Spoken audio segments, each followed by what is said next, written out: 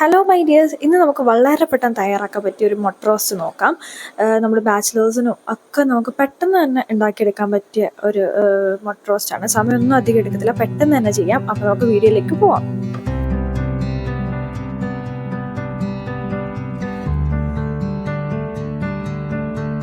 അപ്പോൾ നമ്മുടെ മുട്ട റോസ്റ്റ് റെഡിയാക്കാനായിട്ട് ആദ്യം തന്നെ ഞാൻ കുറച്ച് മുട്ട എടുത്തിട്ടുണ്ട്. അത് ഞാനിവിടെ പുഴുങ്ങിയെടുത്ത് വെച്ചിട്ടുണ്ട്. ഒരു 5-6 മുട്ട ഞാൻ എടുത്തിട്ടുണ്ട്. അത് ഞാൻ നന്നായിട്ട് പുഴുങ്ങിയെടുത്ത് തോടൊക്കെ പൊളിച്ച് മാറ്റി വെച്ചിട്ടുണ്ട്. അതിനുശേഷം നമുക്ക് ഇതിലേക്ക് ആവശ്യത്തിനുള്ള സവാളയെല്ലാം അരിഞ്ഞെടുക്കാം. ഞാനിവിടെ ഒരു 3 സവാള എടുത്തിട്ടുണ്ട്. ചെറിയ സവാളയായിരുന്നു, അതുകൊണ്ട് 3 എടുത്തിട്ടുണ്ട്. അത് നന്നായിട്ടൊന്ന് അരിഞ്ഞെടുക്കാം. സ്ലൈസായിട്ട് അരിഞ്ഞെടുത്താൽ മതി, പെട്ടെന്ന് നമുക്ക് വഴണ്ടി കിട്ടണമല്ലോ. അപ്പോൾ നമുക്കതങ്ങനെ അരിഞ്ഞെടുത്ത് ഞാൻ സവാള എല്ലാം അരിഞ്ഞെടുത്ത് കഴിഞ്ഞു. ഇനി നമ്മൾ മുട്ട പുഴുങ്ങിയത് ഇരിപ്പുണ്ട്. ഇനി നമുക്കിതിനെ ഒന്ന് ഈ രീതിയിലൊന്ന് കട്ട് ചെയ്ത് കൊടുക്കാം. ഒത്തിരി അങ്ങ് കട്ട് ചെയ്ത് പോകണ്ട, ജസ്റ്റ് ഇങ്ങനെ ഒന്ന് കീറി കൊടുക്കാം കേട്ടോ. അപ്പോൾ എല്ലാം നമുക്കിതിൽ ഉള്ളിലേക്ക് മസാല പിടിക്കാൻ വേണ്ടിയിട്ടാണ് നമ്മളിങ്ങനെ ഫുൾ മുട്ടയായിട്ട് ഇട്ടിട്ടാണ് റോസ്റ്റ് ചെയ്യുന്നത്, അല്ലാതെ അത് അടത്തിയിട്ടിട്ടല്ല. സോ മസാല ഉള്ളിലേക്ക് പിടിക്കാനാണ്. നമ്മളതങ്ങനെ മുട്ടയെല്ലാം കട്ട് ചെയ്തെടുത്തതിന് ശേഷം അതിലേക്ക് കുറച്ച് മഞ്ഞൾപ്പൊടിയും കുറച്ച് മുളക് പൊടി ഇട്ട് ആവശ്യത്തിന് ഉപ്പും ഇട്ടിട്ട് നന്നായിട്ട് കഴിച്ചൊന്ന് മിക്സ് ചെയ്ത് കൊടുക്കാം. നമ്മളെ കീറി വെച്ചേക്കുന്ന ആ പോർഷനിലൂടെ ഈ മുളക് പൊടി മഞ്ഞൾപ്പൊടിയൊക്കെയുള്ള ഈ ഒരു മിക്സ് ഉള്ളിലേക്ക് കുറച്ച് കയറണം. അതിനാണ് നമ്മൾ അങ്ങനെ ചെയ്തത്. ഓക്കെ, അപ്പോൾ അത് നന്നായിട്ടൊന്ന് മിക്സ് ചെയ്ത് കൊടുത്തിട്ട് കുറച്ച് നേരം ഇരുന്നിട്ട് നമുക്കിതൊന്ന് ഫ്രൈ ചെയ്തെടുക്കാം. ഫ്രൈ ചെയ്തെടുക്കാൻ ഒത്തിരി ഡീപ് ഫ്രൈ ഒന്നും അല്ല കേട്ടോ. വളരെ കുറച്ച് എണ്ണ ഒഴിച്ചിട്ട് അതിലേക്ക് മുട്ട ഇങ്ങനെ ഓരോന്നോരോന്നായിട്ട് പ്ലേസ് ചെയ്ത് വെക്കാം.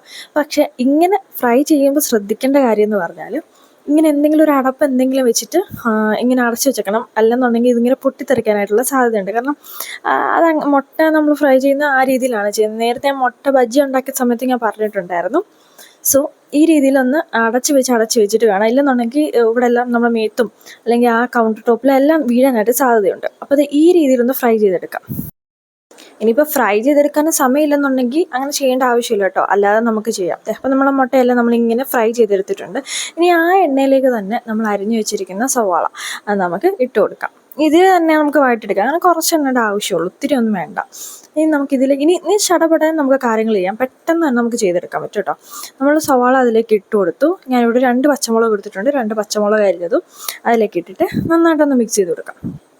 ഇപ്പം നമുക്ക് ഈ മുട്ട ഞാൻ പറഞ്ഞ മുട്ട വറുത്തെടുക്കാനൊന്നും സമയം തീരെ ഇല്ലെന്നുണ്ടെന്നുണ്ടെങ്കിൽ ഇതേപോലെ വറുത്തെടുക്കൊന്നും വേണ്ട. ഇതേപോലെ ഉള്ളിയൊക്കെ വഴറ്റിയിട്ട് ഇങ്ങനെ നമുക്ക് ഇതിനകത്ത് അങ്ങ് ഇട്ട് റോസ്റ്റ് ചെയ്തെടുത്താൽ മാത്രം മതി. സോ അപ്പോൾ നമ്മൾ ഉപ്പും കൂടി ഇട്ട് നമ്മുടെ ഉള്ളി നല്ലതായിട്ടൊന്ന് വഴറ്റിയെടുക്കാം കേട്ടോ. ഇടയ്ക്ക് ഇളക്കിയൊക്കെ കൊടുത്തിട്ട് നന്നായിട്ട് ഇതൊന്ന് വഴറ്റിയെടുക്കാം. ഇനി നമുക്കിതിലേക്ക് ആവശ്യത്തിനുള്ള പൊടികളൊക്കെ ആഡ് ചെയ്ത് കൊടുക്കാം. 1 ടീസ്പൂൺ വെച്ചിട്ടാണ്, കാരണം കുറച്ചല്ലേ ഉള്ളൂ. 1 ടീസ്പൂൺ മല്ലിപ്പൊടി, 1 ടീസ്പൂൺ മുളക് പൊടി, മഞ്ഞൾപ്പൊടി, അതേപോലെ 2 ഗ്രാമ്പൂ, കുറച്ച് കുരുമുളക് കൃഷി ചെയ്തത്, ഇതെല്ലാം കൂടി ഞാൻ അതിലേക്ക് ഇട്ടിട്ടുണ്ട്. കുറച്ചല്ലേ ഉള്ളൂ. ഇനി അതൊന്ന് ആ പൊടികളൊക്കെ ഒന്ന് മൂത്തൊരു മണം വരുമ്പോഴത്തേക്കിന് നമ്മൾ വറുത്ത് വെച്ചിരിക്കുന്ന മുട്ട നമുക്ക് അതിലേക്ക് ഇട്ട് കൊടുക്കാം. ഇനി നന്നായിട്ട് ഇളക്കി കൊടുക്കാം. ഈ വറുത്ത് കഴിഞ്ഞിട്ട് ഇടുമ്പോഴത്തെ ഒരു ഒരു അഡ്വാൻറ്റേജ് എന്താണെന്ന് വെച്ചാൽ, നമ്മളിങ്ങനെ ഇളക്കി കഴിയുമ്പോൾ ഇതിൻ്റെ ഈ മുട്ടയുടെ പുറഭാഗമൊക്കെ നന്നായിട്ട് ക്രിസ്പി ആയിട്ടിരിക്കുകയായിരിക്കും.